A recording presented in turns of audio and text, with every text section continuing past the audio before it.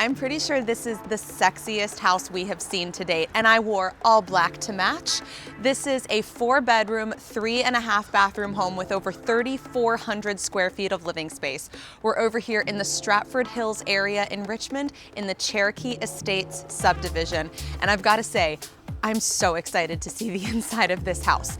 We haven't been inside yet, but as you can see, large windows, which means lots of natural sunlight, and there's a particularly yellow bathroom that I'm really anxious to see. Let's go, come on. We're about to enter this ultra-modern, Scandinavian-inspired 2025 new build. Designed by Spruce Construction, this home is offered for $1,695,000. Let's go see the inside. Okay, so we're in my dream home. Thank you for being here today. Welcome. First of all, I love what they've done with the staging. Immediately, they've done an asymmetrical little fun moment with the mirror in the foyer. And then a moment for the built-ins, okay? We know I love a built-in. I am a functional organizer and I love the ability to just tuck things cutely into a space. And then wow. Oh my gosh, wow. As I've gotten older, I've really come into learning to love wood tones, earth tones, natural looking ingredients, and I've got to say, I love this kitchen.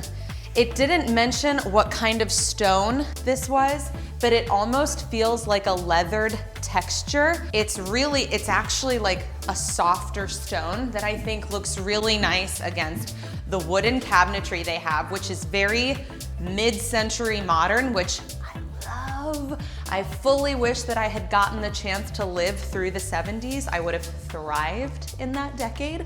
But look, okay, wait.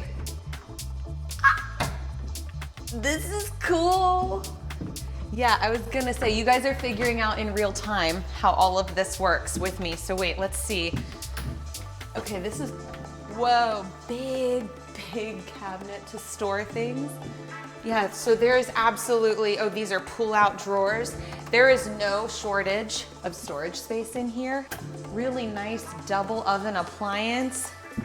My only grievance is that they don't have a gas cooktop. There's electric in here, which is kind of a bummer, but not the worst thing to happen in the world.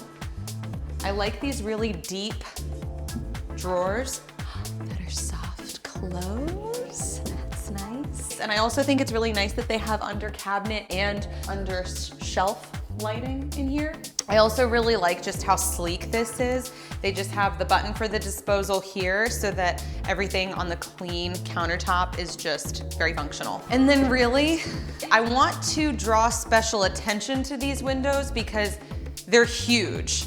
First of all, I mean, they're over 8 feet tall, which is incredible. You have this whole open line of sight on the front of the house, which I think can be really cool for people watching and making sure that you know exactly what's going on in the neighborhood, but also something to think about with privacy. You're obviously gonna have to get curtains or drapes or something to cut this off, which actually leads me to a really cool feature over here. On the back wall that faces the neighbors, you have frosted glass. So you do have a little built-in film of privacy, which I think is a really nice touch. Before we check out the first floor primary suite, I want to take a quick pit stop to show you guys the moodiest bathroom I've ever seen and the laundry room setup that they've got down here. Check out this creamy chocolate cherry color. I'm obsessed. I actually really love the stackable unit in here as well as the countertop space they've provided for when you need it. Okay, so we are gonna round the corner and check out the first floor primary. First of all, okay, the closet is the entire back wall.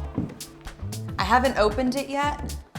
Yeah, and everyone looks like it's different. This one has drawers, more drawers in this one. This one has a built-in mirror.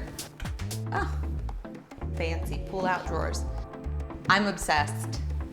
I love looking out and being able to see. First of all, you've got a lot of nature in here, so despite the fact that you are facing the street, you do have a decent amount of privacy, and I can imagine in the spring and summer when these trees are in bloom, it's even better. And again, you've got this frosted glass feature in here, which is nice. On the sides that you face your neighbors, you get just that little bit of added privacy. Okay, please follow me as we discover the gorgeous, tranquil primary bathroom.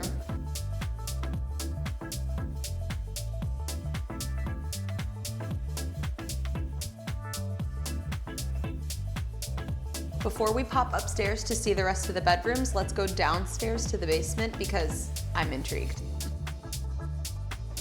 Cute. Okay, so they have this underground, I say underground loosely, it's just because there's a retaining wall. This is a nice little space, a cozy den. Down here, they've made it feel nice and warm even though there are concrete floors. And then this other room, they have staged as another bedroom. And there's an ensuite bath. Wow. This is the orange bathroom. I find it kind of peaceful that we are so low to the ground right now, and I feel like it would be really calming, I guess, to fall asleep down here. I can imagine like if it were raining, I would definitely want to sleep in this room, just hearing the rain on the windows and also like feeling like everything was flowing past you. I kind of like that. Let's go upstairs. I want to see the rest of the bedrooms, and if this is as gorgeous as it is, I know that it's not going to disappoint.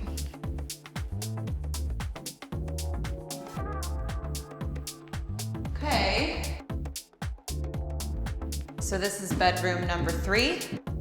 I think it's interesting that they chose the frosted glass finish on the upstairs bedrooms where there are no neighbors, rather than the downstairs primary that looks all about and open. But I don't hate the design choice. I like that skylight. I think this is really like the only way they could have staged this. If it's not a crafting, homework section, I feel like it could be a lot of wasted space, if I'm being honest. And this is a really nice big closet. I thought maybe it was a Jack and Jill, but it doesn't connect. It's a really cute bathroom. It's big. You've got a double vanity sink and a tub. And this is bedroom number 4, which is pretty much a mirror image of bedroom number 3.